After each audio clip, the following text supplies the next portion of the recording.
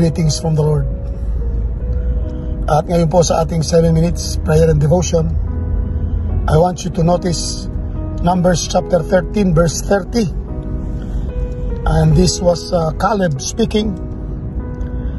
And Caleb stilled the people before Moses and said, "Let us go up at once and possess it, for we are well able to overcome it."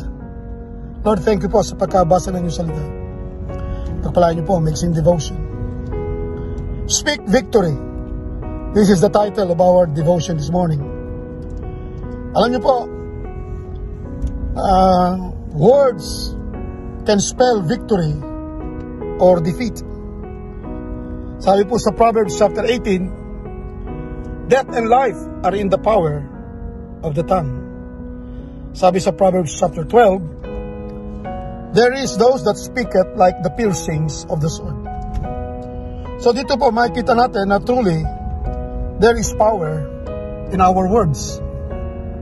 Meron po kasabihan ng mga Amerikano na dapat po i-clarify natin Sabi po nila, stick and stones may break my bones, but words can never hurt me. That is not true. Maybe in some cases, but mostly words pierce like a sword.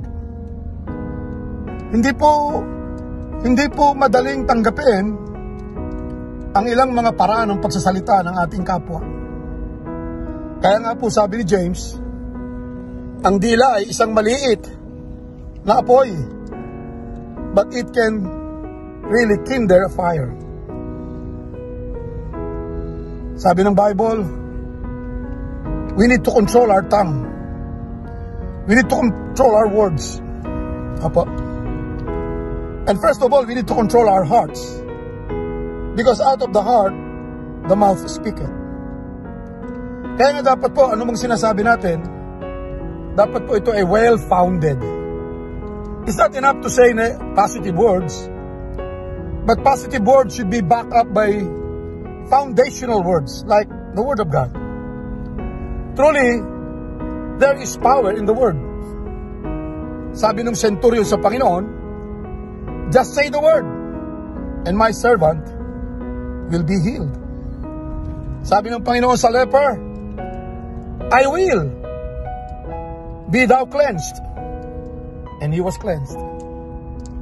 At kung merong power ang Word of God, isn't it right na gamitin nating foundation ng anumang bagay na sinasabi natin?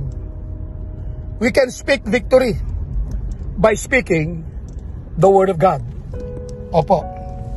Kaya, let us be conscious on how we use words. We are endowed with such power as to speak and understand. Tayo lang ang may ganitong bestowment from the Lord. Intelligent conversation can only be commenced by human beings. Wala pong hayop, kahit na gaanong katalino, na pwede makipag-usap sa iyo intelligently. Kaya wag nating sayangin. Wag nating sayangin ang biyaya na ito ng Diyos sa atin. Words are powerful. Kaya when you slander, when you gossip, when you brag, this can spell negative things. Kaya po, ngayong umaga, ilang bagay po, napakadali lang. Learn to control our speech. Sabi sa Proverbs 21 verse 23, weigh your words before you say them. Weigh your words. Timbangin natin ang sasabihin natin. Makakatulong ba o makakasira? Number 2, use wise words with integrity. Let us be trustworthy. Let us be honest. Sabi sa James chapter 3 verse 13, hindi dapat na ang isang fountain ay nagpo-produce ng bitter at sweet water.